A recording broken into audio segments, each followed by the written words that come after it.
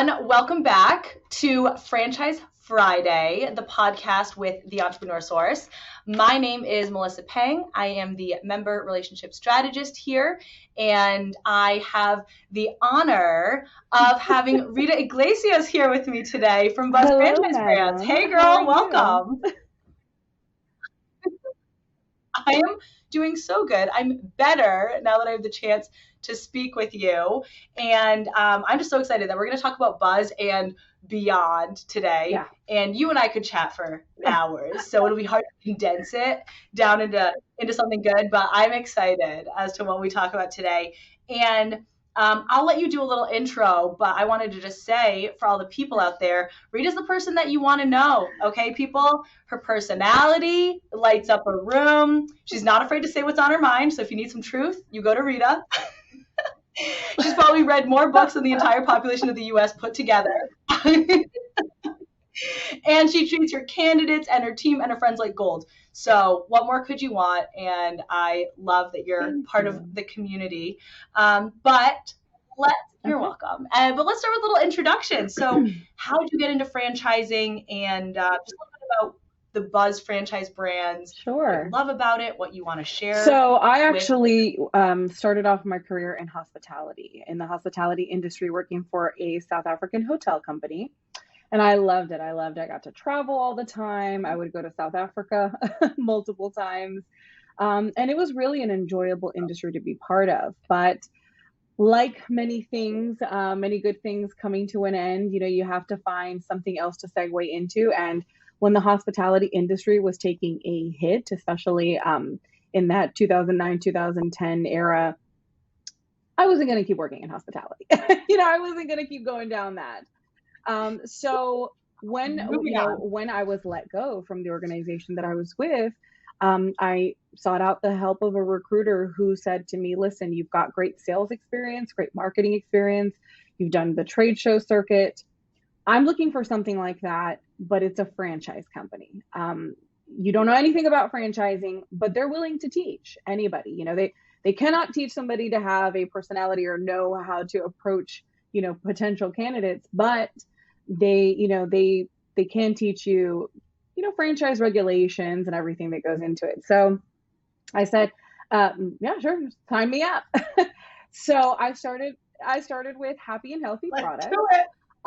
And I was under the leadership of a really strong team. And quite frankly, the CEO and president of the company, she was the owner of this organization. So obviously, everything that was done, she took it really to heart, and really focused on the franchisees and the system and making sure I was properly educated in it. Through that, I, of course, not only learned about franchising, but I also learned about the importance of the relationships with members like coaches. That was my introduction into the world of, coaching and candidates and working in collaboration with the Entrepreneur Source. And really, it opened up a whole new world to me. When I was growing up, my mom and dad were entrepreneurs at heart, but always everything that they set up did not work out. They were like, oh, we're going to own a secondhand shop. No, we're going to own an antique store. Not the thing. We're going to start catering. It was like bless their hearts. They had all the desire in the world, right, but they just didn't have the proper structure. They didn't know how to go about it.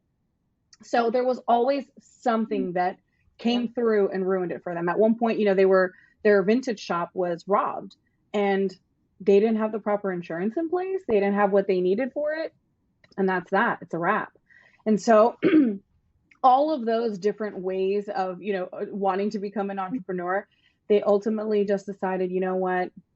It is what it is, the workforce until we retire. And unfortunately, because of a lot of the decisions that they made, my father retired in his 70s, my mother retired in her 70s, and it's sad to think about or see.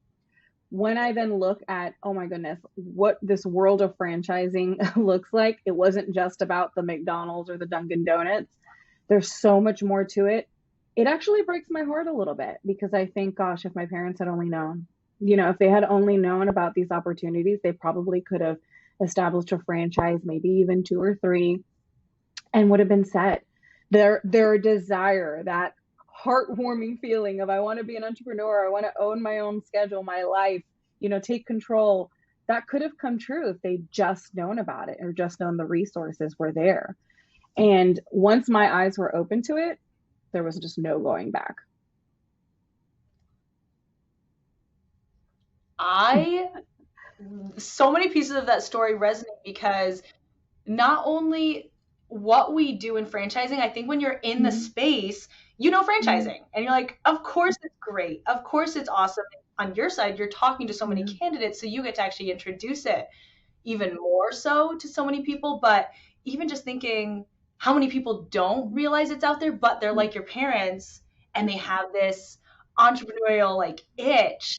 But you just think, I'm never going to open a McDonald's. I don't have $1 million+ lying around, not knowing, listen, that little shop down the road is actually a franchise and you Yeah. don't even know it. And so more and more Yeah. education about it is phenomenal. So, and I didn't actually realize that little You're background story. welcome. So thank you for sharing. I love it.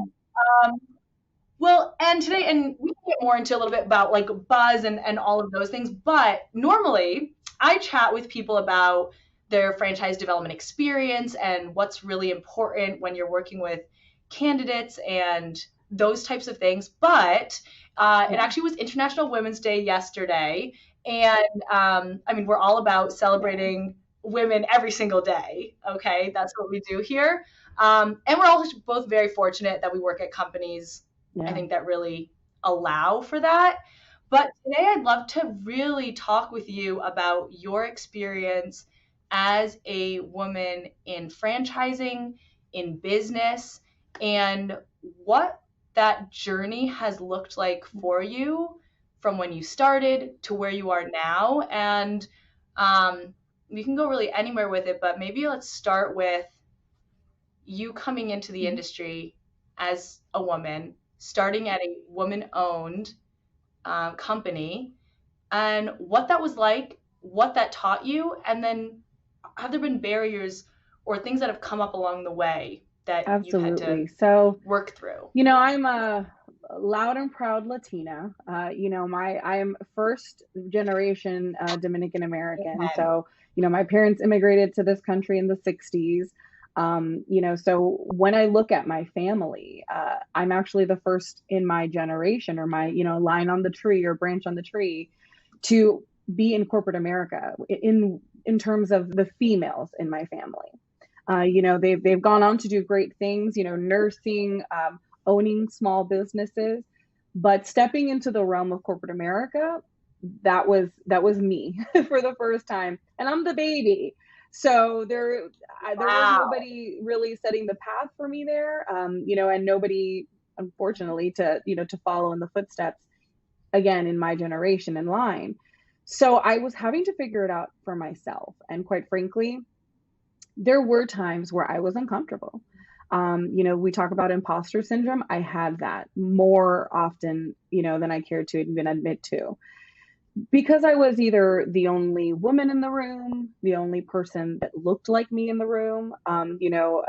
My hair is naturally curly. I was very self conscious about those things.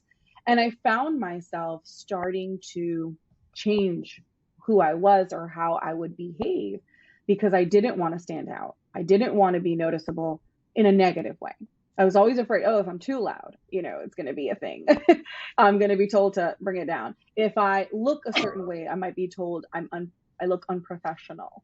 You're always given this image of what a woman should look like. I've never been one for the 6-inch heels. I'm a shorty, but I stand loud and proud with that. But I've never been one for that look. And when you look on TV, that's what you see, right? The pencil skirts and the blouses and the high heels, and that's a woman in corporate America. Or the blazer suit, and all those things that I was like, that is just not me, Yup. and I don't want to do it. And so I just always had a little bit of discomfort and try to figure out like, well, who am I and how do I fit into all of this? And really sales is where that started to become more of of a thing that allowed me to be myself. Because in sales, I realized soon into it, I am not going to get anywhere by just pitching people all the time. I am way more comfortable, and I realize that I thrive when I actually build a relationship with the people that I'm in. So when I stepped into franchise development, I hated associating it in terms of sales. I really didn't ever like franchise sales being the part, the title or the role. I always liked it looking like franchise development because, quite frankly, if you look at the process of somebody coming into it, they develop themselves and a knowledge and for the business as they're going along. They're opening up who they could see themselves as in this business. They're looking at their opportunities in a development setting, not in any other way. So for me it was like, well, if I relate, if I tell them my story, if I talk about my desire, to have more control of my schedule, and really how this type of role allows me that. It allows me that opportunity to have more control of myself. My success is based on how hard I work. Just like a franchisee, what I do or what I accomplish, it's a result of what I'm putting into it. And so kind of correlating the two always felt like it was just going to make that more comfortable and started making me think less of what I looked like and how I'm being perceived by other people. And instead, I started to sit a little straighter and think I deserve my place at this table because of what I accomplish or what I do, how well I, do end up, satisfying my position and role, how well I do relate to those people and befriend them. I'm a habitual befriender of anybody and everybody that I work with. If Yeah, I can't help that. If I develop a relationship, you get to know each other. I always joke around and I say, when you're going through the franchise development process, we date. I'm the person that you're dating and getting to know. Then I bamboozle you at the altar when you get handed over to operations and marketing and everybody else. Wow. I'm like, well, this is technically the bride. Sorry. But I love that, I love that process. I love that whole, the energy that I get to put into it. So when I developed, that security of what I am and what my role is in the process, I started to think less about who's in the C-suites and do they look like me? Is it all men? Are they all, a different color, a different nationality? What does it matter?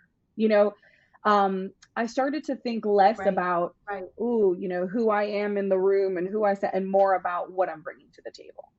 And in that security, and in that, I started to feel less comfortable about, less uncomfortable, I should say, about what I also had insecurities, towards, which were if I wear my hair curly or if I do highlights, if I color, if I this, that, if I ever do anything towards my ethnicity, how many piercings do I have? If I have tattoos, which I do, all these things started to become less important to me in terms of should I care about your opinion of it, and more of just that's just part of who I am, and it's leave it or take it. It is what it is, and so it just started to become less of an important item. And then on top of that, I started to see more and more in the industry women coming up in every aspect.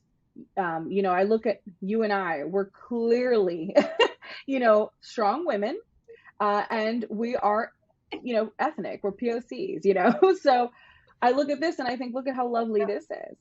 Did I think I would have been doing this 10 years ago? Absolutely not.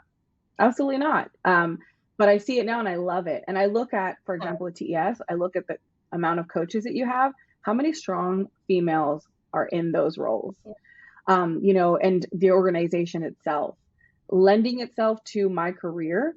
I have worked for some phenomenal women, and I've developed some great mentors as well along the way. And that has helped. Seeing other people that look like me or understand what I'm coming from, that can only strengthen you. And I think that that also lends itself when I'm speaking to women that are interested in getting into franchising too, because there's a lot of great, talented women who have a desire to be an entrepreneur, but have that fear of, well, who is on the other side of this? Who's judging me? Who's looking at, what I will bring to the table? What are there any other franchisees like me? There's so much that goes into that. And that's what I'm loving, that I'm getting to see more and more of that in the industry itself, but also just in the organizations that I've had an opportunity to represent, especially, now more than ever. Being with Buzz Franchise Brands, all of the brands we represent have excellent females in franchisee roles as well as within our organization. I know you mentioned that yesterday was International Women's Day. We had like a big email group just going around of all the women just saying, so proud to work with you, so proud to know you. And it was such a beautiful thing. It was so inspiring because that's the energy that you want to see. And I will say, this isn't just a rah for the ladies.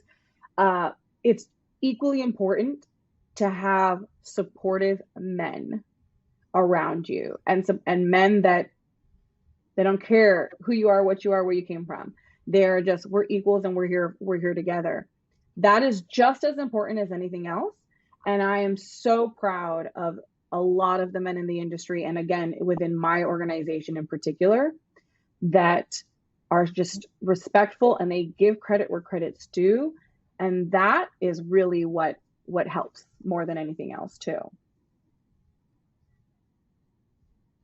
Amen. And thank you for putting it in there at the end too about there's like so much that I want to talk about, but about shout out to the men as well who are a part of this in supporting and helping these women to get into roles, whether it's on the corporate side or whether it's as franchisees building up their businesses on all different fronts. Because I know I've had mentors, both men and women, who I have really supported me in and helped me grow and figure out what it is I want to do and develop that personality and feel comfortable. And I would say to anyone out there, and I will direct this at women, but in general, if you feel like you're in a place where you can't be yourself, and however you identify as person of color, it doesn't matter,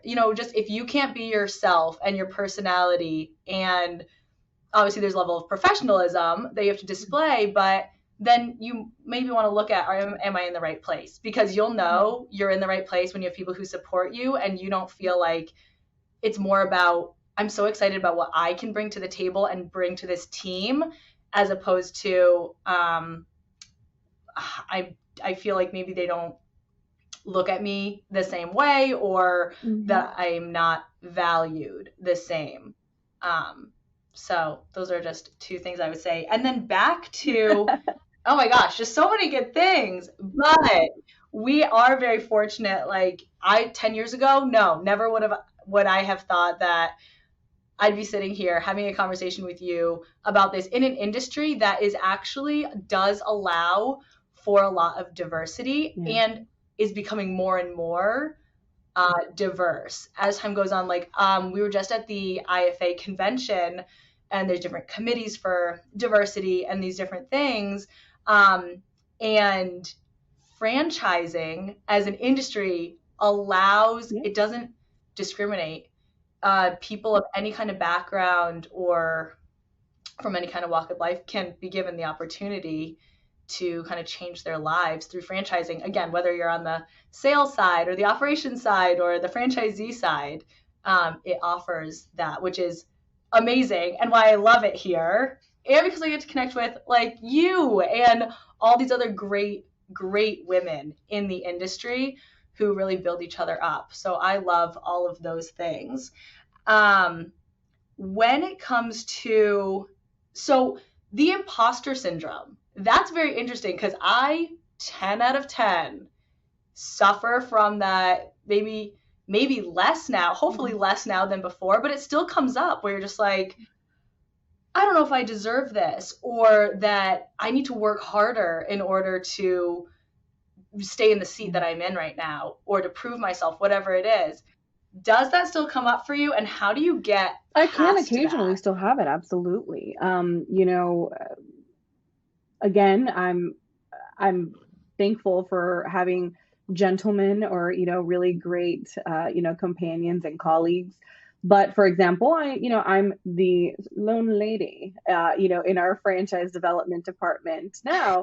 And Yeah, while I've never experienced for 1 second being, yeah, put out, and I think a lot of that has to do with I just don't let that happen either.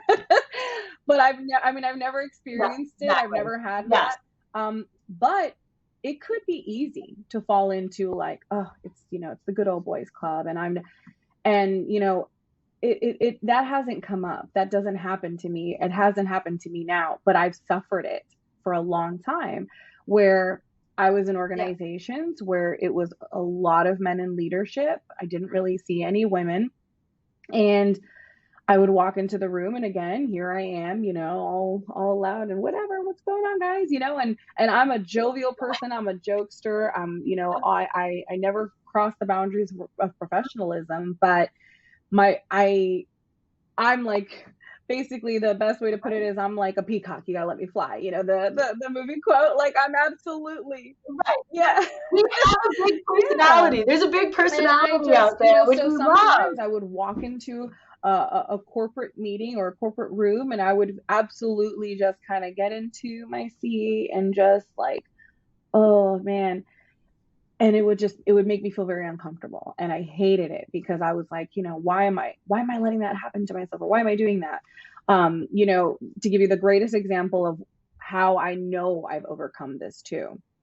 I mentioned earlier, like the hair, this, that. Yeah. I had a cousin a while ago who said to me, like, why do you always straighten your hair? Why don't you ever let it go curly? And I said, well, it's just easier. It's easier to manage, easier to maintain. But in the back of my head, I knew it's because it makes me feel more professional. It makes me feel like I'm more put together, I'm more in control. And that was something for me to get over. Not nobody told me, oh, you should. It was a thing I was putting Yeah. onto myself because again, of what I was seeing, what I was looking at in the industry. And I started to get really paranoid about that. And then I started saying, well, it's a matter of preference. Why should I let anybody else's opinion? Well, we had our conference, our national, our company convention in November in Cancun, humidity central. Okay. Okay. I think day one, I walked in there and I was like, hair straight, what's going on? Yep. And like by that night, I looked like a chia pet. I was out of control. And I said, what am I doing? Why am I even trying to keep up this thing? And I just, the next morning, like I was just Yep. hair curly, let it fly. The rest of the convention, I was going, and I got so many compliments from people going, Rita, I didn't know your hair was that curly. And they were so, so kind and so complimentary. And that helps. But really, I think it was also just me being like, oh, you know what? It is what it is, guys. This is how we're going in. And my person, and Yeah. just, Like, it's this or it's not a good look. You know what I mean? And so it was, right.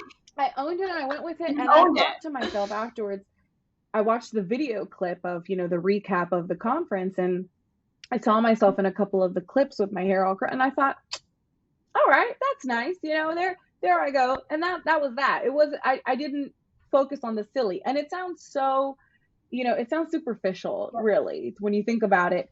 But it's amazing how I know. your confidence can be raised or brought down by something as simple as, oh, is anybody looking at me thinking she's wild? She's like, there goes the wild, unprofessional, Well, uneducated, or whatever the case may be.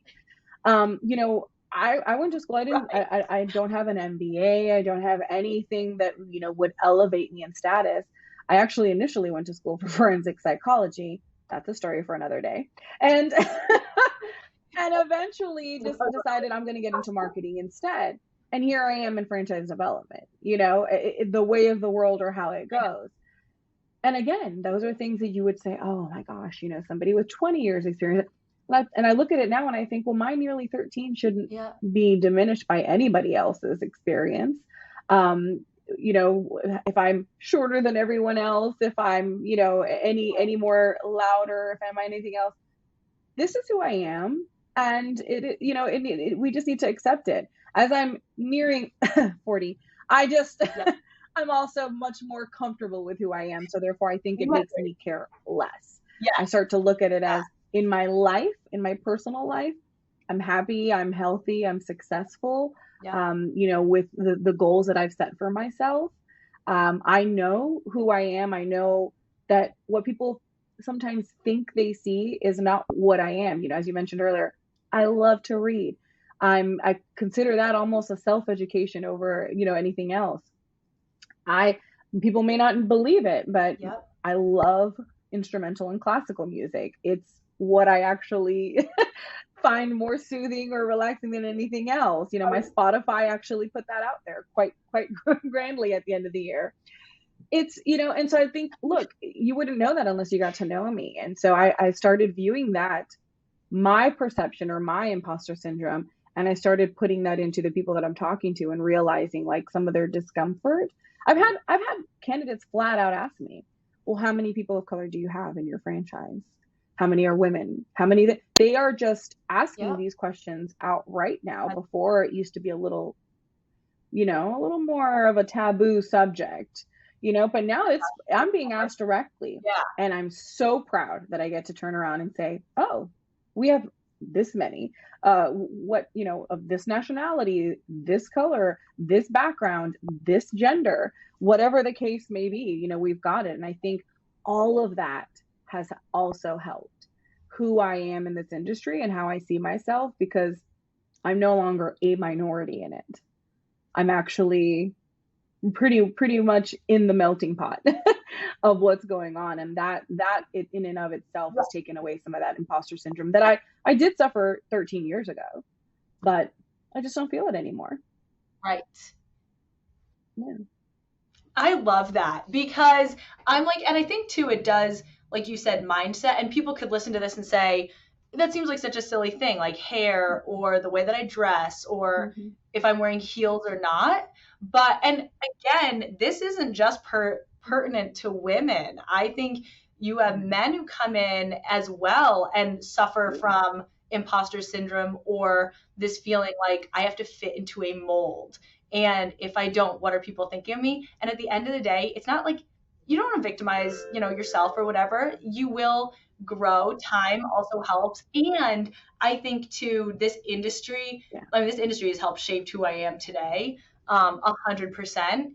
And once you get comfortable with yourself as well, a lot of that does go away. But I think it is good to know, like, first of all, the team that surrounds you and can say, you are so good at XYZ. And we love this about you. So Yeah. we do need a little, positive affirmation here and there, but also internally knowing I bring a lot to the table and it's not exactly what Jess is bringing to the table. It's not exactly what, Brian's bringing to the Yeah. table, but I'm here for a reason. I love what I do. And I know that Yeah. I'm good at it, And then also you being able to relate to candidates, even just like in what you do. So you're not a franchisee, but those different like lifestyle aspects and your goals and how, you talk to people and your skills and things like that. There's this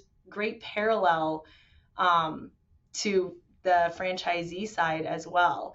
So I Mhm. love that you make those Yeah, for me, connections it's important to be able on to your side as well. connect properly, man or woman, whatever the background. You're their basically their liaison, into whatever the organization is. And especially with what I represent now, we Yeah, have, they're great service brands. And so when you're looking at service brands, right. you have to also take into account you're looking at people that are going to invest in them, who are more than likely, looking to own and operate or have a semi absentee model that they can then elevate, and grow in whatever way. Who are their Yeah, employees going to be? who are they going to be overseeing or working with? What's their community going to look like? When you have to take into account all of those bits and pieces that make up, their journey or what they need to be viewing when they're looking at the franchise, I think that's just as important as, showing them, an item 19 or what kind of marketing support you're going to get or anything else. It's Right. what's that life going to be like? And therefore, who will you be in this franchise? And again, back to women, in franchising, across all of our brands with Home Clean Heroes, with British Swim School, with Pool Scouts, every single one of our brands has very successful women at the helm of each of those franchises. Not only as a franchisee, but also within the actual brand, corporate support side. We have excellent and very, talented marketing directors across all of our brands. Our CMO is a lovely female to work and be guided under. And all of our directors of marketing across all of the brands, are as well. And even, some of the business coaches, trainers, with British Swim School, our aquatics team, they're led by just a heck of a personality as well. And so those, when you see those kind of things, you're strengthened by it as a woman, and especially as a franchisee, because, hey, I have someone I can relate to, someone I can talk to, someone I can be guided by that gets me, and it's not supposed to be that way, but it is. These are human beings, they're running a business, but they're still human beings, and they're people that, yeah, exactly. Right. And so those things are just as important as anything else. I have something I can show them as a result of, a franchisee's efforts. I have somebody they can relate to in one way or another, but then on the corporate side, they have excellent support as well. Mm-hmm. And we are so much in alignment on that as well, because at the Entrepreneur Source, it's very similar. We have such strong women on our leadership team and part of the just home office team. And then also, and I love that we are now bringing in many more women franchisees, and again, they have the background of, people of color, veterans, all different walks of life. And it's phenomenal. So I love that we can be part of that. And what would you say to, there's so many good takeaways from this, but to women who are maybe just getting into franchising or starting their journey in franchising or business in general, what would you I would say don't underestimate yourself and your abilities. If you were a stay-at-home mom for many years and now you guys have decided to start a business and you want to go out and do this, don't worry about the corporate or business experience you've had, because let me tell you, you were the CEO of your home. And so talk about somebody having experience at being able to manage multiple things at once. You are probably going to be a fantastic leader and motivator for your, for the team that you're overseeing. So you shouldn't think about, well, if I don't have any experience with this, I don't know. That's what a franchise is for. It's to help guide you and provide you the system and the structure that you need. We are going to support you in that. What we can't teach you is how to be a great motivator, how to be somebody that's organized, how to be somebody that is capable of managing more than one thing at a time. Because that's what a franchise is too. You have people that you're managing, there's a product that you're managing, there's a service that you're overseeing. There's so much that goes into it. So you shouldn't underestimate yourself if that was your history. And then, vice versa. I worked in corporate America all my life. I don't know anything about how to maintain a pool service. Well, that's all right. We didn't need you to. You don't need to know that. Yeah, we're going to support you. We're going to guide you. Some of these businesses, they might not look like the sexiest in the world, but When you want a business that is a strong organization and support system for you, when you want something that is going to produce recurring revenue, this is not a one time basis, but this is something that has an opportunity for longevity. Whether it is a swim lesson, whether it is a residential cleaning service, or whether it's pool, services being done for you, all of those things, they're recurring revenue. And that's what you really want to make sure that you're getting into when you're looking for a business. Because once you learn and get over your own, oh, I don't know anything about that. Once you're educated in it, you're trained and you know how to run those systems, then listen, just take it away. Let it do its thing. It's going to eventually. So you just need to get over the fear that you have of what you can do or what your knowledge of what you're getting into is. That's not necessary. You don't need to be a marketing guru. That's what we have marketing support for. That there's so many pieces and elements that go into it. So that's what I would say to somebody that's looking to get into a business, become a franchisee. You can sometimes be your own worst enemy in the process. So, 100%. Don't look at this as just what you know or what you're bringing to the table, but rather what you're going to receive and what you could accomplish in the long run.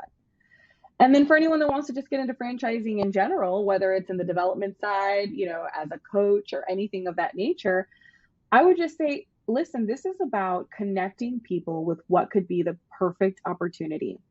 You have to think about what is making them unhappy that is opening them up to this conversation with you. There's something basically in the background that's making them say, I don't like that. I want to see what my other opportunities could be. Associate yourself to that, to what that could be, and empathize with anybody that you're working with. You have to remember, you have the knowledge, they don't. You know what the outcome could be, they don't. And in most cases, it's their money, not yours. So you have to be empathetic. Right. Absolutely. You have to be Most of the time, empathetic yes. of what their journey is and what they're going through, and really understand that as best as you can. They don't need you to be their best friend, but they need you to be the person that's going to give it to them straight. And don't be afraid to break up with somebody if necessary. I'd rather, take away somebody's dream than hurt them in the long run. And those are the kind of pieces that you really have to understand when you're looking at the franchise development side. It can be really fun. It can be really exciting. It is exhilarating when you finally get somebody to that point, and they're like, I want to do this. Let's go. It's exciting. Again, I'm not the one at the altar, but I got them there, we got them there. You So walked it's in that there. part in and of itself. It's exciting, and it's something that you need to take joy in and especially celebrate with them. And again, in my case, I don't just say like, all right, well, high five and good luck, and I hope everything goes well for you. Like, I like to stay in touch. I like to know how they're doing. I like to know how things are going. And I still consider some franchisees that I have brought on board to many of the organizations that I've been with a good friend, and somebody that I know of, and even send gifts to or get Christmas cards from. And it's it's a beautiful thing, to be able to participate in that and see that and be part of someone's journey. So that's why I think franchise development is something that I'm excited to be part of, and definitely excited to be able to do for many years to come. And that's how it's done, ladies and gentlemen. We were taking notes. No, I love it. And like, I have nothing else to add to all those things other than there's a reason that you are in the place that you are right now and with such a great company, because you attract that with just the way that you approach things, how you approach people. People think franchising, like, especially you said franchise sales, that just feels like wrong to you, because people go into it thinking, yeah, there's so much money here. I can make a lot of money doing franchise sales and selling these businesses. And that's not it at all. It's that franchise, we talk about development, but franchise, like, you're helping people, you're educating people, Yeah. and we get to do that. So it's a completely different approach, and it makes such a big difference when the way that those things that you just talked about, that's how you're approaching your conversations with the with your candidate.